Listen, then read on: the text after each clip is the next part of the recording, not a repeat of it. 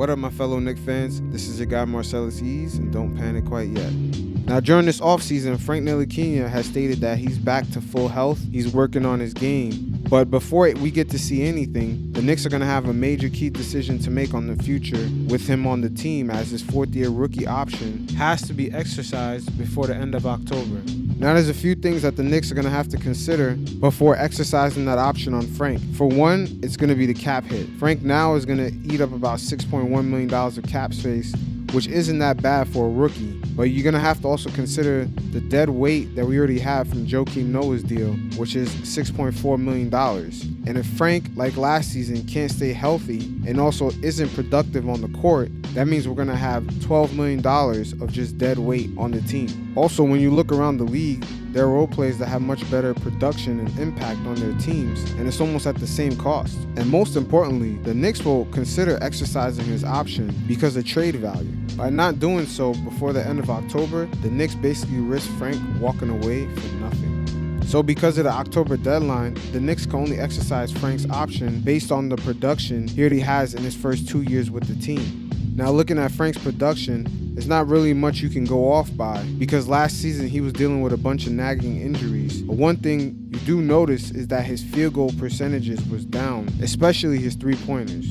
But from his rookie season to his sophomore season, he actually digressed a bit. And remind you, this is his production with a non-crowded backcourt. There was no Kristaps Porzingis, there was no Melo in the way, there was a lot of shot attempts and team usage for players to take up, and this is the production he puts up. This upcoming season, the backcourt is much more crowded. There's going to be less shot attempts, less minutes to go around. There's a much bigger hurdle for him to put up better production this season. Now, looking at the upcoming season's depth chart, this is only projected. We got Dennis Smith Jr., Alfred Payton, Alonzo Trier, RJ Barrett at guard, Reggie Bullock. We also got Wayne Ellington and Marcus Morris. They're gonna play a combination of shooting guard and small forward. So there's a lot more talented players that Frank has to battle against to get more minutes, shot attempts, just overall team usage. Now, we tied this into relation of last season with guys like Trey Burke and Emmanuel Mudiay. They were basically hanging on to their NBA careers by a thread, and unfortunately, they are far lesser talent than this year's roster,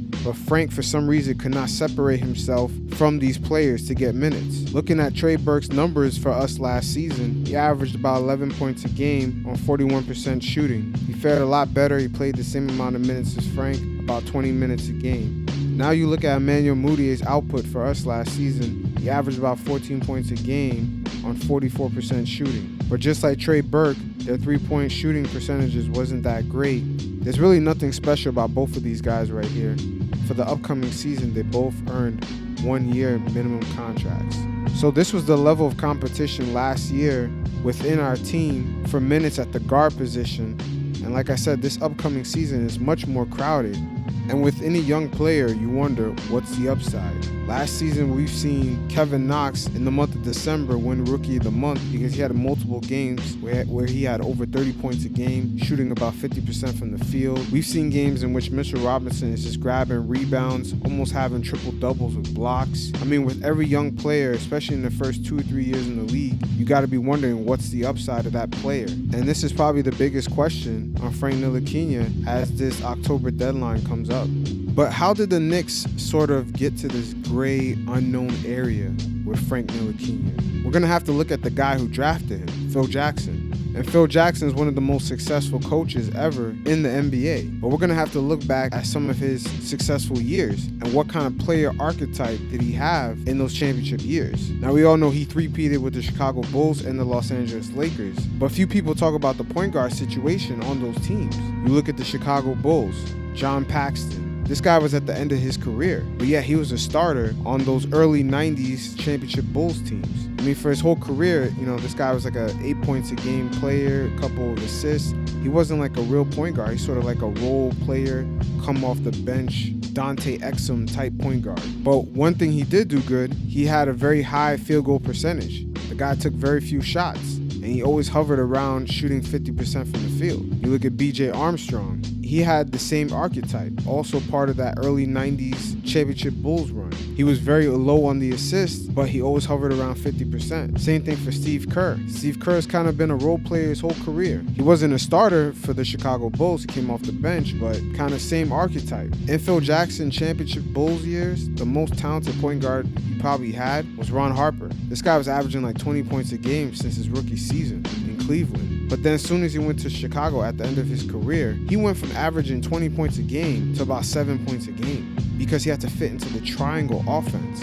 He tailored his game towards the triangle. He put away collecting stats to fit in a team system in order to win championships. And the whole time he was at Chicago, he had basically career lows compared to the 9 years that he was in the league before. So all through those Chicago years, Phil Jackson always had a point guard on the team that was sort of like the role player archetype, because Phil Jackson never needs a point guard to be like today's point guard, like Russell Westbrook, James Harden, Damian Lillard. Those archetypes never fit in with Phil Jackson's triangle offense. Then you could also look at Phil Jackson's Laker years, especially the early three-peat. Derek Fisher was the starting point guard for the team, and you can make the argument outside of Phil Jackson's triangle, if he was on any other team at the time, most likely he would be coming off the bench. But he was a very smart, efficient player, made big shots, always made the right pass. He didn't hog the ball, and he played great team defense. Then you look at the point guards Phil Jackson has used over his tenure with the Lakers. Jordan Farmar, Sasha Vujacic, Steve Blake, Smush Parker. None of these guys were ever even heard of again outside of being in Phil Jackson's Lakers. So in regards to Frank Ntilikina, Phil Jackson drafted him, made perfect sense, and Frank Ntilikina fit the player archetype he wanted to run a triangle offense.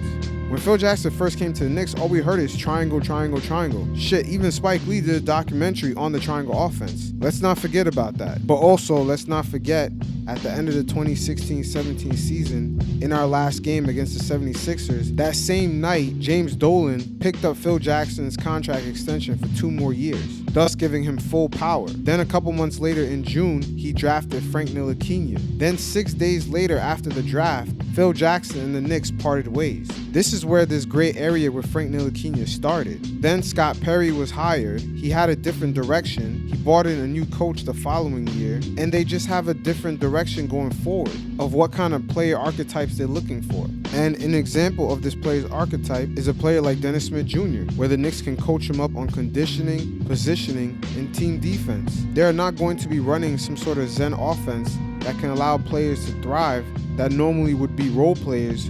But at the end of the day, Frank Ntilikina, in a team system, he would be a solid NBA player if he went to a place like San Antonio. But unfortunately for him, he's stuck in between 2 transitioning regimes within the Knicks organization. But Frank Ntilikina is going to have very little time before this extension. He's going to have to go hard equally at practice and during the games to show this front office what he could do. And hopefully he could stay healthy to stay on the court, because, in his first 2 years, he didn't even stay healthy enough to even play out Summer League. But time will reveal the Knicks' true intentions with Frank Ntilikina. You guys stay safe. Peace.